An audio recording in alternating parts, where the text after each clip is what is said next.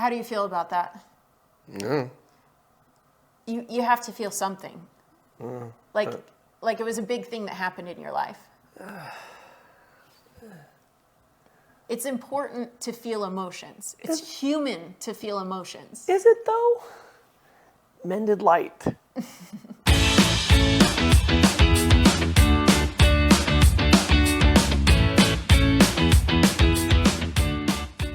You cannot selectively numb emotions. No, you cannot. And what we mean by this is that if you turn off some of your emotions, you're probably just going to shut down the whole switchboard. You can't choose which emotions to numb. Like, you can't be like, oh, that's hurtful, painful, angry, whatever. I'm just not going to feel those, but I'm still going to feel joy and happiness and peace. Yeah, it reminds me of that little moment in Inside Out towards the end when Riley is running away. And in order to not feel sad or angry or scared, like, she just elects to feel nothing. Right. And the switchboard goes to gray because all the different emotions are color-coded in that movie, and everything just goes to gray and nothing's working. And I thought that was such a powerful visual representation of what this looks like, because you can't cherry pick which ones you're going to shut off. Yeah. Friends, I want to invite you to a free 2-day virtual event, the Thrive Summit, all about unlocking the 5 key relationships to a fulfilling life. Join Alicia, myself, Marla and Jamie Keller, the founders of Bring Back Intimacy, and many other experts for this live summit, which takes place April 25th through 26th from 10 a.m. to 4 p.m. Eastern Time. The Thrive Summit is your gateway to discovering the secrets of a fulfilling life by nurturing the 5 essential relationships. Your relationships to self, family, spirituality, health, as well as your relationship to work and finances. Our vision is to bring together thought leaders who specialize in each area to provide you with a holistic plan for finding greater meaning and satisfaction in your life. Why should you attend? Well, for the expert guidance for starters. You're going to hear from over 30 leading experts who specialize in the areas of self-discovery, family dynamics, financial wellness, physical health, and spirituality. Our lineup of thought leaders will provide you with practical strategies to cultivate holistic well-being. And yes, that includes me if you want to interact with me and hear me talk, whatever, no big deal. Then there's the interactive experience. You're going to engage in live workshops, panel discussions, and Q&A sessions designed to foster connection and collaboration. Hosted by Mended Light and Bring Back Intimacy, this event promises an interactive and enriching experience for all attendees.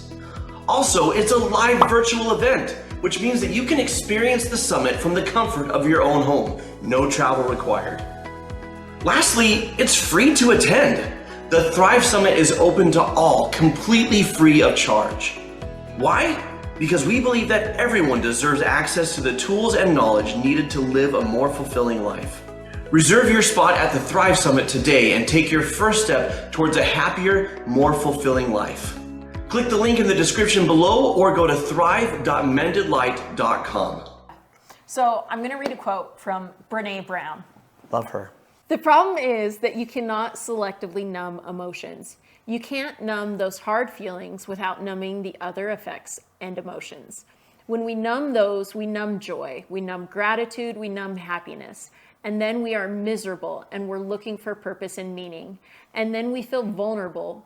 So then we have a couple of beers and a banana nut muffin, and it becomes this dangerous cycle. So I love how Brené teaches like such important therapeutic, psychological principles and skills. And then she brings it back to reality by like, and then we have a couple of beers and a banana nut muffin. It's the specificity. It makes me feel like maybe that's her very unique experience. Like that's her thing. Yeah. That's her go-to. Right. And you hear that and maybe your thing isn't beers and banana nut muffins, but you're like, maybe ice cream and some dark chocolate. Yeah. Like, yeah. I'm definitely an emotional eater. So I want to talk about one of my favorite television characters who's also a cautionary tale about emotional numbing. Yeah. The character of Jack Bauer. So about 20 years ago, there was a show called 24 that I was obsessed with. So obsessed. You made a fan I made film. 3 fan films. 3 fan Three films. fan films about this show. But the character of Jack Bauer is a counter-terrorist agent who is trying to stop threats on American soil. That's the whole show. Mm-hmm. And the whole first season, he's very much a person. Mm-hmm. He's less of an action hero and very much of a person, and he feels a lot of fear, and he feels a lot of anguish, and he just feels passionately. And he suffers a catastrophic loss at the end of the first season. And you see at the beginning of the second season, he's let his beard grow, he's let his hair grow, he's in sweats, he looks like he hasn't showered for days. And he can't connect with his daughter, he's just like shut out of everything because the pain is too intense, but he's also not experiencing connection. He's not experiencing healing. He's not experiencing happiness. He's just feeling nothing. It's just pills and alcohol and laying on the couch. And then a terrorist threat happens and he gets called in, and you can see him come to life. But he's got to go into action mode. But only in the sense of going into action mode. And in seasons 2 and 3, he's just this unstoppable, will do whatever it takes. When everyone else is panicking, he is laser focused, right, to save lives. But it's for the greater good. For the greater good, and it's really cool, like in action hero terms. But he feels less like a person. Yeah. And then at the end of season 3, this happens. Like the threat is passed, the major threat has been stopped, but along the way, like smaller threats weren't. So like thousands of lives, like he saved thousands of lives, but dozens of lives are people he couldn't save. Yeah. And this is the end of a very grueling day. So I'm watching this with my friends when it happens, and I'm gearing up for another like major plot twist. Like, is someone gonna get shot? Is someone, and instead, what they do is very smart. You have to understand how superhuman he has seemed for 2 straight seasons.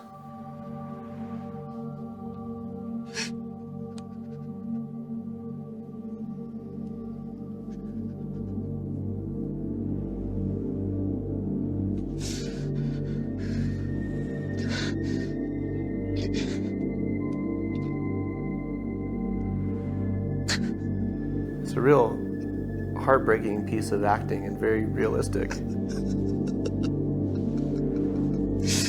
Raise your hand if you ever had a good cry in your car alone somewhere, right?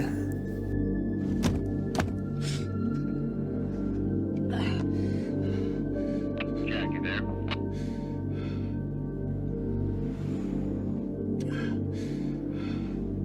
Jack. This could just as easily be your kids. Are you there? Need you. This is Jack. I just got a call from district. Start interrogating Saunders' courier. We could use your help.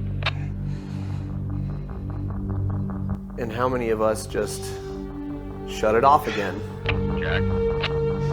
Yeah. and get back to whatever we need to do? Jack, did you copy? On my way. Wait for it. Here it comes. Oh, that clock. If you watch the show, you know that clock is just music to your ears. You don't even know. You don't understand. You weren't there. I don't know. You know nothing, Jon Snow. Okay, so Jack has numbed his fear.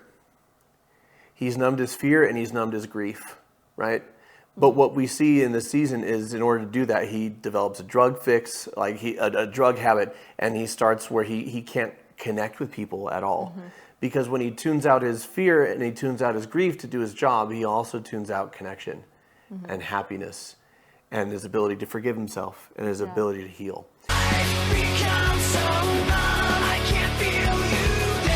And it's really curious, like in between this season and the next, because the next season picks up like a year later in his life, he has quit the counterterrorism business because this moment is he's decided to feel again and to get into a relationship and to just do something like a desk job because he doesn't want to just numb all of this anymore. And I watch this scene and I think of you, I think of me, I think of any number of parents, you know, where you're just at the end of your rope.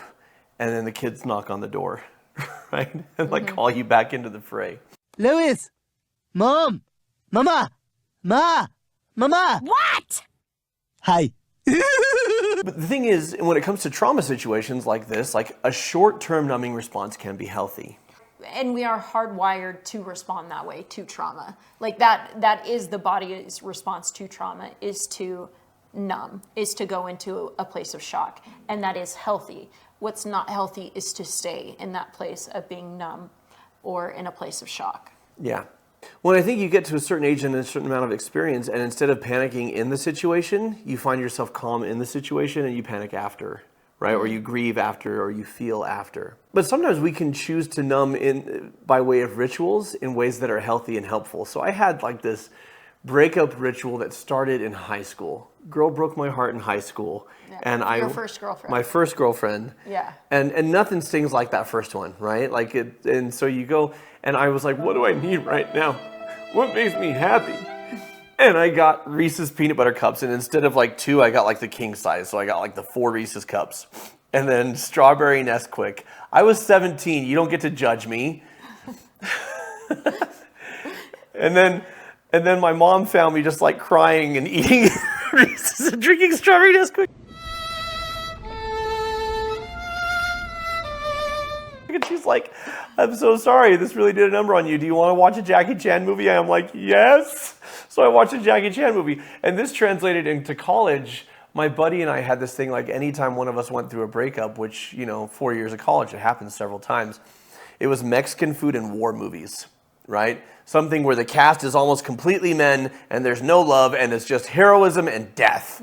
And that's what we wanted. And that became the numbing ritual, so you didn't have to think about the girl who just broke your heart or think about, the breakup. And then after the weekend was done, it's like, okay, we need to be able to talk about this now. That's a selective numbing ritual because it has like a specific time limit on it. No, that was good because it was for a weekend, maybe 2 weekends. But then after that, it's kind of like life goes on and you still hurt, but it's time to live again. Our numbing rituals, it's a virtue that can become a vice if it's carried to an extreme. Right. If it becomes, this is what I do now, I escape into, what did she say, banana muffins and beer? Was that her? Yeah, beer and banana nut muffins. Banana nut muffins, okay? And I personally will take banana nut muffins at any time right, okay. without needing to numb. They're delicious, right? Who wouldn't? If I had said, okay, my life now is Mexican food and war movies instead of I've got classes to attend to, I've got family and friend relationships, I've got a job, then that becomes problematic. And my numbing ritual is to avoid work. Yours is the opposite. Mine is the opposite. Yeah. Yeah. And I've talked about this in other videos, but I absolutely use work and achievement and goals as a form of numbing. Yeah. And as I shared in another video that came out recently, or maybe it's going to come out recently, I don't pay attention to the release schedule. It's either up now or it's coming soon. It's coming soon. But in that other video, I realized that it didn't matter what the problem was in my life. My solution was work. Yeah. And I was just going to work my way out of it. And I was staying at a friend's house, and they came back and they're like, man, my house is really clean. And I'm like, don't mind me. I was upset and I emotionally clean. And they were like, that doesn't seem to bode well for people not making you upset. They're like, we just need to make you upset and then you'll clean our house.